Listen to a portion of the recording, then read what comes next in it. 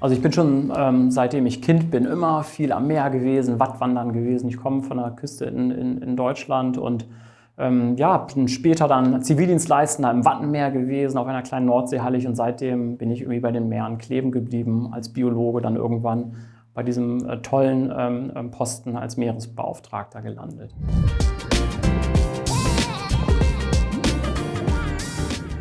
Ja, als Kind denkt man nicht unbedingt immer über seine berufliche Zukunft nach, also ich jedenfalls nicht, aber ich habe schon sehr früh erkannt, dass ich mich für den Schutz der Natur, für unser Miteinander mit dem belebten Planeten, das hat mich schon immer wahnsinnig fasziniert. Diese Tiere, die Lebensräume fand ich immer toll, und schon früher wollte ich mich auch für den Erhalt einsetzen.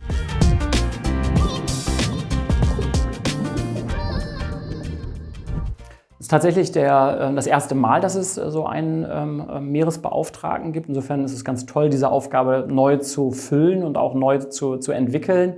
Ich bin Ansprechpartner der Bundesregierung für Meeresthemen insgesamt. Ich bin international auch Repräsentant der Bundesregierung bei vielen internationalen Verhandlungen oder auch Konferenzen, insbesondere im Meeresschutz. Aber darüber hinaus leite ich auch die Meeresschutzeinheit im Bundesumweltministerium. Also ich habe also auch sozusagen noch ein zweites, ganz wesentliches Standbein, nämlich die Teamleitung von einem ganz hervorragenden Team von Meeresschützern im Bundesumweltministerium.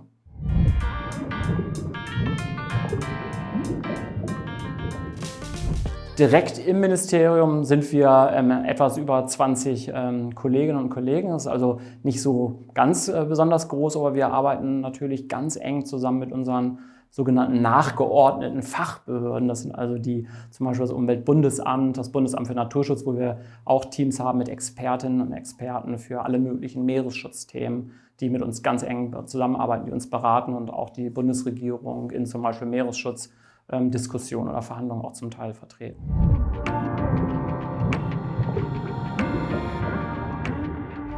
Ja, das ist das Traurige an der Sache, dass es insbesondere Nordsee und Ostsee, also unseren Hausmeeren in Deutschland, denen geht es nicht gut. Die sind in keinem guten ökologischen Zustand. Wir hatten jetzt gerade auch im Sommer das heißeste Jahr überhaupt in den Meeren, die höchsten Temperaturen, die jemals gemessen worden sind. Wir sehen, dass viele auch Fischbestände, viele Arten sind übernutzt. Wir haben viel Meeresverschmutzung. All das bereitet uns große Sorgen. Und leider sieht auch die Situation weltweit, auch getrieben durch Überfischung, getrieben durch den Klimawandel, nicht besonders gut aus.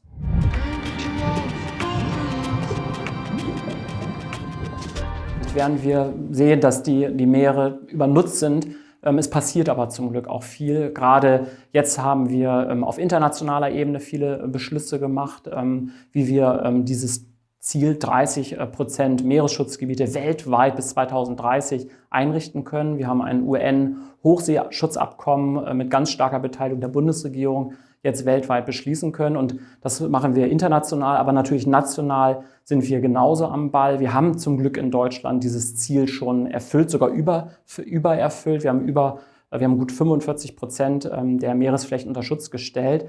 Aber man muss auch sagen, das Management, also die Art und Weise, wie wir mit diesen Meeresgebieten umgehen, das ist noch nicht gut genug. Da müssen wir besser werden, dass wir auch diese Gebiete wirklich als Ruhezonen für die Meeresnatur erhalten.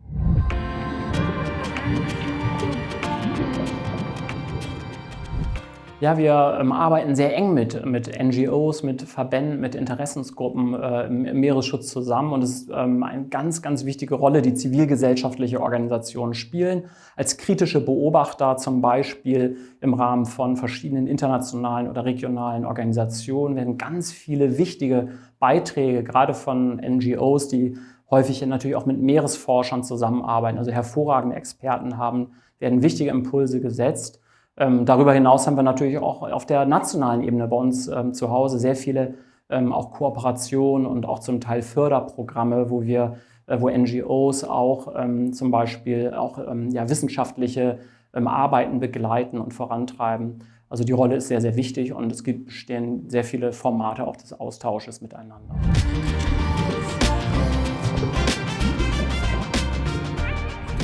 Ja, ich freue mich erstmal auf ein sicherlich ganz spannendes Filmprogramm. Ich hatte auch schon die Gelegenheit, mit einigen Akteuren, mit Regisseuren und Protagonisten aus den Filmen heute zu sprechen.